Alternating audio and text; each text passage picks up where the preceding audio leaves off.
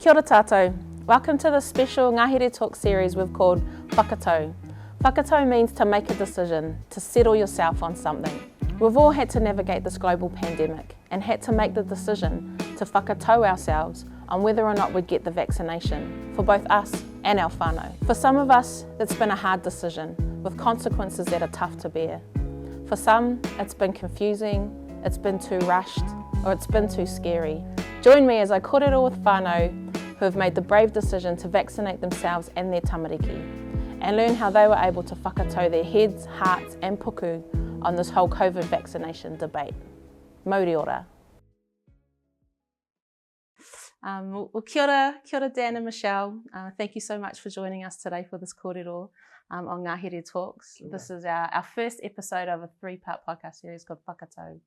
And the whole purpose behind this podcast is to help bring some trusted voices, some trusted Māori voices into the conversation around vaccinations, especially for our tamariki and especially around this time of COVID-19 vaccination. So thank you both so much for joining us for this kōrero. I'm looking forward to hearing more about your story and how your whānau has approached this this tumultuous time. And I know it's been even harder for you guys as a whānau as well. So again, thank you so much for joining us and willing to be open in this first episode. So why don't you go ahead and introduce yourself? Kia ora tēnā koe e hoa, kia ora koutou katoa e wakarongo mai.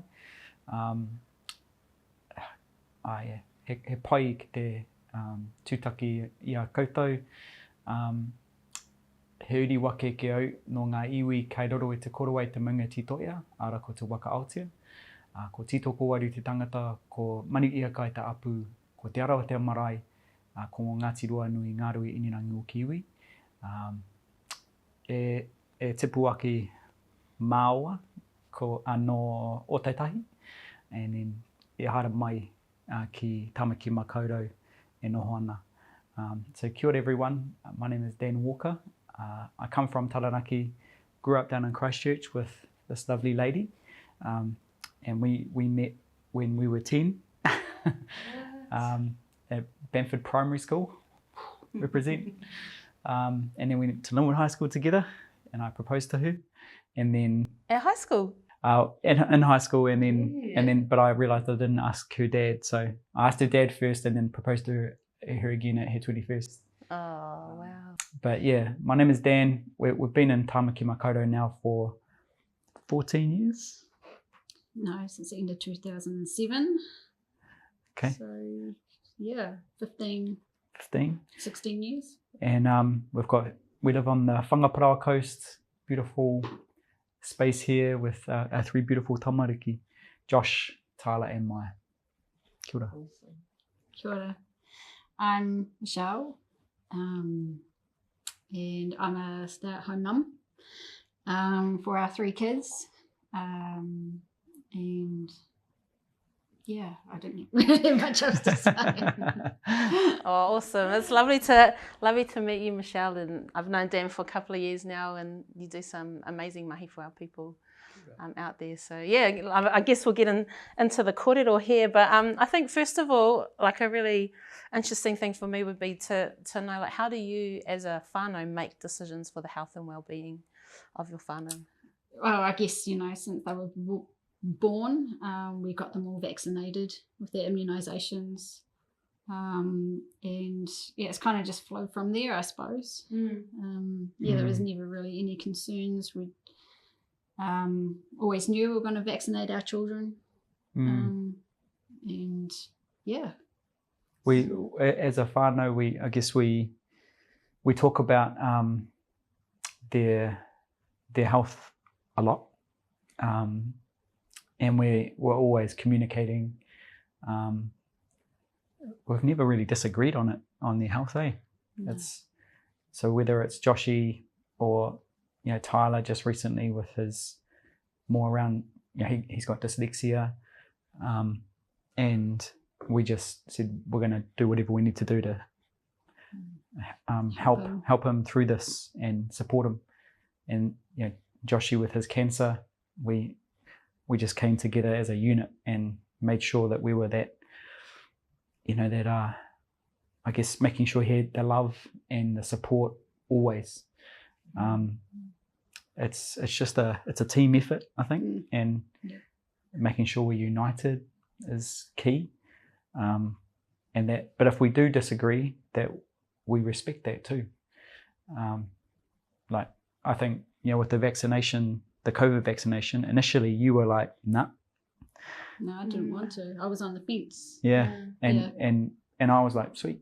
Well, I've spoken to the doctors at the hospital with Joshy's stuff, and I'm like, I'm going to get it. And you were like, sweet. We respected each other for that. We were never going to, pressure each other into doing something we didn't want to do. That's beautiful. And so, I mean, I guess you've been on as a whānau with Joshy's cancer, and then moving into then COVID vaccinations for tamariki off the back of that. Was that a hard decision for you guys, or did it flow really easily? It all came from Josh, really. Yeah. He knew right from the get-go that he wanted to get vaccinated, so it made our decision easy. Yeah. And our other two kind of just like followed suit, I suppose. They were like, okay, Josh is getting it, so we'll get it. Yeah. So it was follow the big bro, eh? Yeah. And I think we had the benefit. Well, it wasn't a benefit of the fact that last year he went through his bone cancer journey. We had doctors around us, so he was hearing the kōrero, he was absorbing it and asking questions, and I think he just came to that after thinking about it for himself, he came up with that whakatau, I'm going to get it. He just knew straight away that he wanted to get vaccinated against it, so it made our job easy. Yeah. Did you have I guess you were already going through a whole lot of rigorous medical procedures and stuff like that. So when it came to the vaccine, did it have any kind of because you had said you'd already thought you didn't want to get it, when it came to your kids, did that come up again, or had you faced so much already that this was just another thing? For me, I thought it was a bit rushed. And then I spoke to Dan about it, and he told me his reasons why he wanted to get it, and then it started making sense, And then with Josh going through his cancer, I thought it would be very selfish of me not to, because if I ever brought COVID into the home, I would never forgive myself, especially if Josh ever got it. Because he had no immunity. No immunity. He was neutropenic. Yeah. So I made the decision pretty quick to get it, and I did, and I'm pleased I did. Yeah. So I did, and then Joshy and Tyler and Maya got theirs start of this year, I think. Yeah, start of this year. Yeah. Yep. Because Joshy could get it, and the doctors at Starship, said get COVID vaccination first, rather than all the other immunisations that he's got to now get. Redo them or Redo them, yeah. Because it wipes your immunity. All the good, the chemo wipes your good cells as well as the bad. So he just had 3 yesterday. Wow. So he's feeling pretty sore today. Yeah, I bet. Yeah. What a trooper, eh? Yeah. So I guess back from just vaccinations in and of itself, but when you think as a whānau unit, the way that you take care of each other and show aroha towards each other, if you think back to how you grew up first and then how you do it in your whānau, but what are the different ways that you show aroha to each other? What ways have you experienced as a kid, and what have you implemented in your whānau now? I think for me, my mum and dad split up early, similar to Michelle's, and we were both skipping back and forth between mum and dad, which is similar for a lot of whānau too. But I always felt love from both sides, and good communication and support. They were a team, mum and dad, even though I tried to play them off against each other. And mum was ultimately the one who would cave in and give me some money. But they showed me a good way forward, I think, around communication. And even when things where they break up, they're not together, they can still come together around me. So I think I use those learnings now, even if there's disagreements or stuff, or, we're not entirely happy about something. When it comes to our kids, we're united, and we know that we can talk to each other. When it comes to our health, we are 100% united. I've still got things like old injuries coming up, and Michelle knows about them all, and she's, you always help me, and then same for yourself, eh? So we keep talking about that continually, and communicating, and also supporting. So if Michelle needs some time to go to the doctors or an appointment, I'll cover, and vice versa. Yeah. How about for you, Michelle? Yeah, for me it was, I guess, a little bit different. My parents split up when I was very young as well, and it's toing and froing between the two. And whenever I was with one, I would always miss the other. But I'd always feel more love from my dad. My dad was always very loving. Even as a teenager, he'd always give me a kiss goodnight and always hug me every day, and he'd always tell me he loved me. I don't really get that from my mother as such. So I think I've learned a lot of it from my dad. He was just very caring and loving and nurturing and that sort of thing. So I guess it's just flowed through from him onto me, and it's flowed through to our kids. So, and I tell them, every single day I love them and how much I love them, and all that. So, and they love you. They're always. I can feel it. They come in for cuddles. They come in for. They have to have the kiss goodnight from mum and stuff like that. It's my job to do the readings, and then it's always mum to tuck them in. Yeah. And so do you view this whole like things like immunisation and all the other health related issues or decisions you've had to make, do you view them as acts of aroha or love towards your children? Yeah. I do. Yeah. It's making sure, protecting them. I don't want them catching anything, especially like COVID, where it could land them in hospital really badly. So but also making sure that we talk to them about it, so that they know they're informed. They're not forced into it. We want them to make the decision. Just like with cancer, Joshy's shoulder, there was a spectrum of options, and the most extreme was to remove his shoulder. And he made the decision. He's like, oh, I want he that. wanted the That's surgery the best option over radiation. Yeah. Because he knew that was the best option for long-term survival. Yeah. And so, because we were struggling with that. And we're like, well, what do you reckon, son? And we talked it through, and we had the doctors there. He made the decision there and then, right in front of them. I want the surgery. And I was still trying to... No. And we're like, whoa, hang on. And so we said, can we just wait? Time, he was making adult decisions as a 10-year-old. It's going to affect him for the rest of his life, eh? Yeah. But I really mihi to him, acknowledge him for having the strength and the maturity and the courage to make that decision. So positive, so strong. That we couldn't.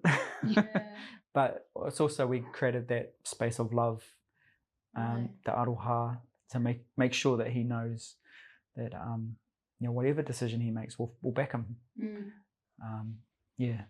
For any of our kids, any of our kids, we will 100% back them. And know that we're always in their corner, always. Yeah, definitely. Like, you can see that theme of communication, that you learnt as a young kid or growing up, coming into not just your relationship, but how it's then transferring into your children to be able to listen, process, and then make a decision for themselves. When you say childhood, Michelle was actually a part of my childhood. Yeah. So our communication has helped me in all phases of my life, in business, and my board roles, and then definitely as a dad. Our communication that we've kind of built together and grown together has really helped me be a better father and person and friend. Yeah. I was just thinking, like, you talked about how you had different people that you could talk to about the vaccination in the early stages that helped you then make an informed decision. Like, how do you think if people don't have access to the people, like, you're a really well connected person, I could say get into conversations quite easily with the right people.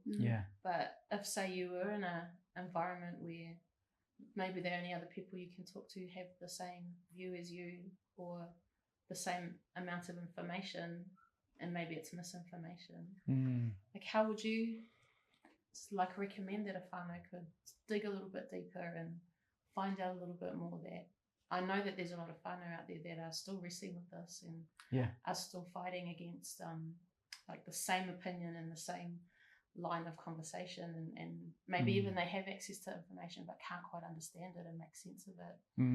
Like, what can they do? How can that? I'm trying to make a good decision for your whānau, but you don't have access to all of that. My thoughts initially is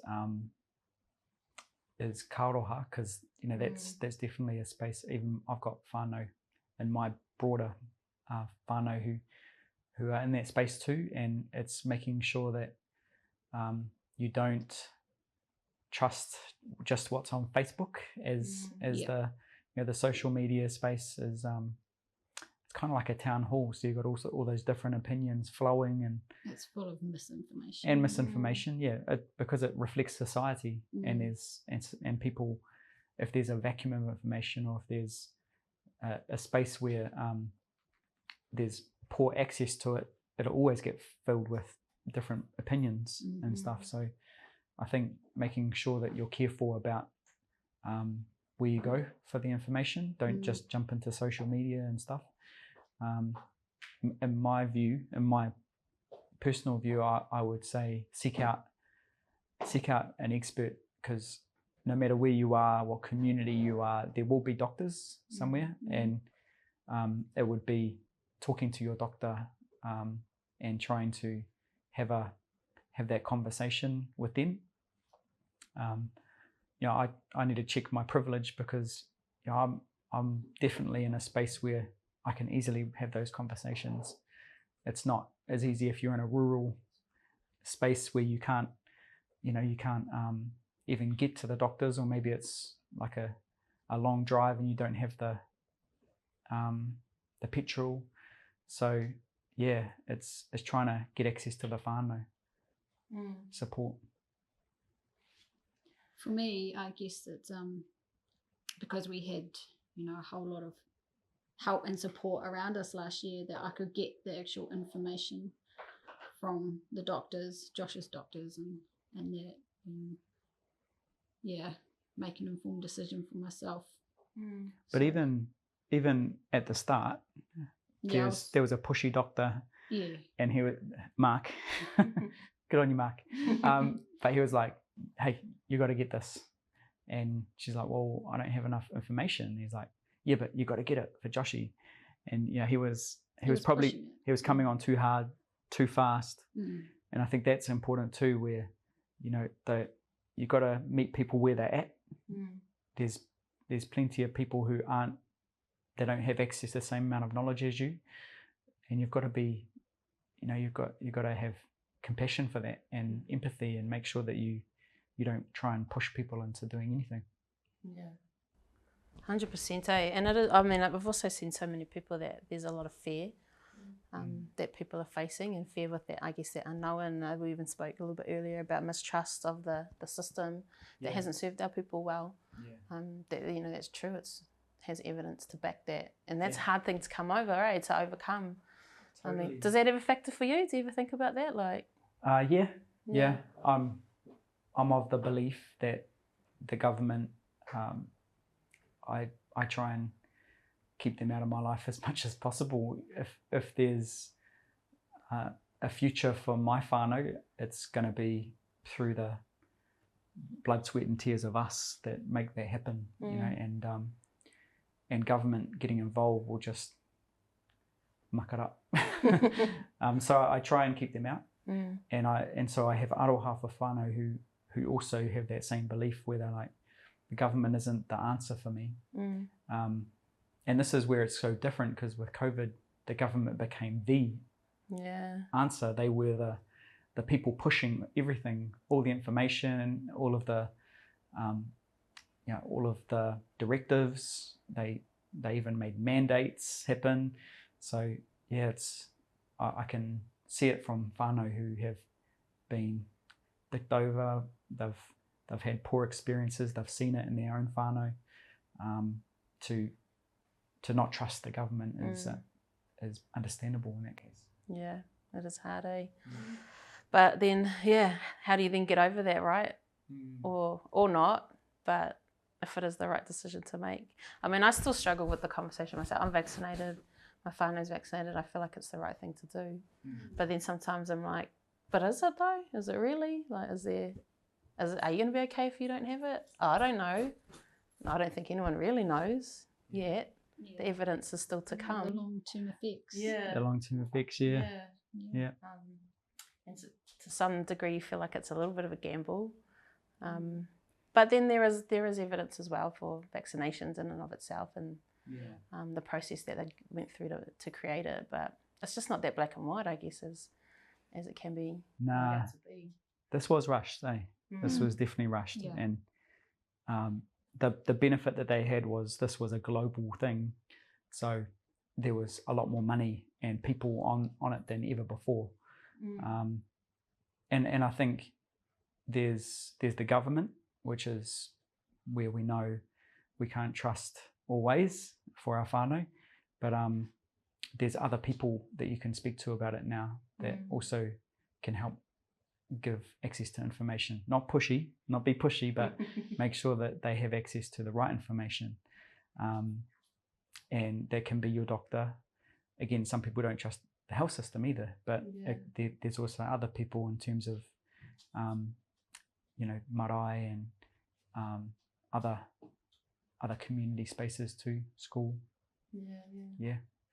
So you were saying that you at first didn't want to get the vaccination, and then Dan dug up some information that kind of convinced you to do it. It was just after talking with him, Josh being neutropenic and immunocompromised and stuff, he had no immunity. So it would be very selfish of me to not get it for him. I didn't say you would be selfish though. No, you didn't. This is it would be selfish of me if I didn't get it. For not only him but for our children. I felt actually I should actually get it. To protect them. So. And did that remove your reservations that you had, or did you just do it anyway, even though you were still like? Yeah, I still kind of had some fears, what are the long-term effects? Still don't know. Don't know, And may not know for some time. But we'll cross that path when we get to it, I suppose. But for now, I'm still here and I'm still standing, and my children are still here and still standing. And Joshy got through that main pandemic area without getting COVID. In fact, all three of us, from what we know, possibly Tyler, but we're not sure, all three of our kids have not had COVID at all. And neither of you two? I had COVID on a Microsoft event. Yeah, early May he got. But I came back. Oh, we're going to talk about Bill Gates now. But luckily, I just isolated in a spare bedroom and stayed in there. Whenever I came out, I was like, I'm coming out. And then put my mask on. And luckily. Full body suit. No one got it. So we're really lucky. That's awesome. And I guess I was just trying to get to that crux of when, as a mum, you made that brave decision, that there was that motive and that driver. Even though with the apprehension and the fears. Because I always said, no, I don't want to get it. I said, no, I don't want to get it. I'm going to wait. I remember the conversation right here with one of our mates.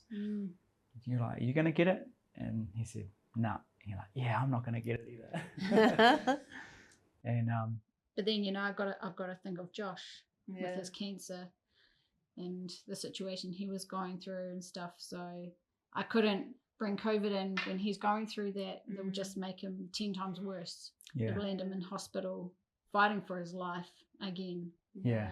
So I just couldn't put that on him. Yeah. So. And I know you don't have the luxury of thinking about this scenario, but if, say, Josh was in perfect health, do you reckon you might still be unvaccinated? It's hard to say. Yeah. It's really hard to say. Possibly. Yeah. Could possibly still be, yeah. Mm. But then I think I would have made the decision if the kids still got vaccinated against it. I probably would have. Yeah. With them. Yeah.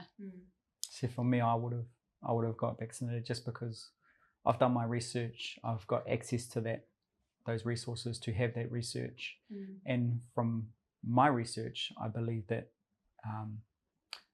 you know, from what I've read, it's safe. It protects me, and then I can be that protector to bring it in to the kids. Because between both of us, I'm the one who's most active. I'm going to Wellington. You're everywhere, bro. Yeah. I see you at all the things. Yeah. It's up with heaps of people. Yeah. A week. Yeah. So. Yeah. Whereas you hunging your way around the place, eh? Oh yeah, exactly. Yeah. And so, well, I've had COVID, so I'm like, I've got 1 month where I can do it, and I'm okay. But even now, I'm like, I'm a little bit worried about it. But yeah, between us, you go back and forth to the school, and that's it, really, and to swimming and Joshy stuff and Tyler stuff. But yeah, it's mainly me. So I would have got it just to make sure I protect the whānau. But I wouldn't have pressured you if you didn't want it either. And you don't either. So yeah. But Joshy would have got it. He was adamant. He was adamant. Yeah. And he would have. From what I mean, I don't know Josh myself, but you guys were really generous in sharing your journey with Josh, and I followed along in the background. Yeah. And when I did meet up with you, we were able to touch base. But he seemed super brave through all of that, and I could imagine at that stage he was like, "What? Bring it on! Another jab? Is that all?" Yeah. And I remember when he first started getting jabs, because you know they were jabbing him all the time, and then he had a port as well to access his chemo. Yep. So he'd get a jab there to insert it to connect to the port underneath his skin. So then you have blood tests every week. And all sorts. And always getting like big mean as needles. And he's like, nah, sweet as, bring it on. Yeah, he was fine. And yeah, there's how many? 390 beads.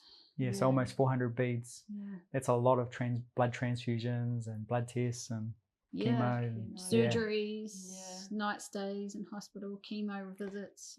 And you look at that, you're like, wow, could I have done that? Man. What a champion, eh? Yeah. What a champion. Well, I guess just Karen. Yeah, it means as well whenever I face off to anything, like I've just found out I've got promoted to a new role that's looking after Australia and New Zealand for Cloud. And there's a bit of me that was like a bit witty. But then I was like, Joshy's been through cancer, man. We've helped him through cancer. I can do anything. Kia kaha, hey. Come on, bro. Definitely. Oh, awesome. Well, I guess, man, our time's up already. That went really quickly, eh? Awesome. But I guess just one last opportunity for those whānau out there that, they just making this decision is the hard thing. I guess just one last opportunity to give some advice or encouragement, particularly around the decision making, in a place where it is hard, it can be fearful, and might not know what they're stepping into, but how can they make a decision for their whānau? I would say approach a professional and get some professional advice about it. So yeah, I would recommend that, and then make an informed decision, and think about your children's future, think about them. I would say try and build up trust, don't rush it. So that may mean multiple meetings if you need to, And yeah, for us, it was ultimately about our tamariki. So we put our tamariki at the forefront of our thinking, and that in the end made it easy for us. So, you know, it may not be you, there may be your mama or your kuia who you're thinking about in terms of at the centre. But, you know, ultimately it's a decision that you have to make. Don't feel pressured, don't feel rushed. You know, make sure that you do your research with someone you trust. That's a beautiful way, and I think the big lesson I've learned from you too is communication. Communicate with each other, communicate with the children, communicate with the professionals. Yeah, where we sit down and talk to our kids about anything and everything, pretty much. Yep. It's I like to keep them informed. I like to know what's coming, or you know what we're planning to do this weekend, or you know, I like to keep them updated. Yeah, it's a big thing for us. Yeah, like Joshy tells me stuff, and I'm like, oh, really? It's because Michelle's told him. Yeah, it's a way for you definitely communicate with them a lot, eh? Yeah, it's awesome. Yeah, that's just how I like to operate, I guess. I like to keep the communication open because I want them to feel that they can come to us as well. Yeah. If they're ever in trouble or need to speak to someone, I want them to know that they can come to us regarding anything. So as long as I keep that communication open with them, they know they can come to us. Yeah, definitely. Awesome. Well, tēnei te mihi nui kia korua. Mō tēnei kōrero, mō tō whakawhanaungatanga, ki roto I tō whare nei. Thank you both for your time, for your generosity, for being willing to have this conversation, and I promise not to give out your phone number when they want to talk to a professional, eh? Give us one. But also, thank you for joining us, eh? Awesome. Ngā mihi. Thank you.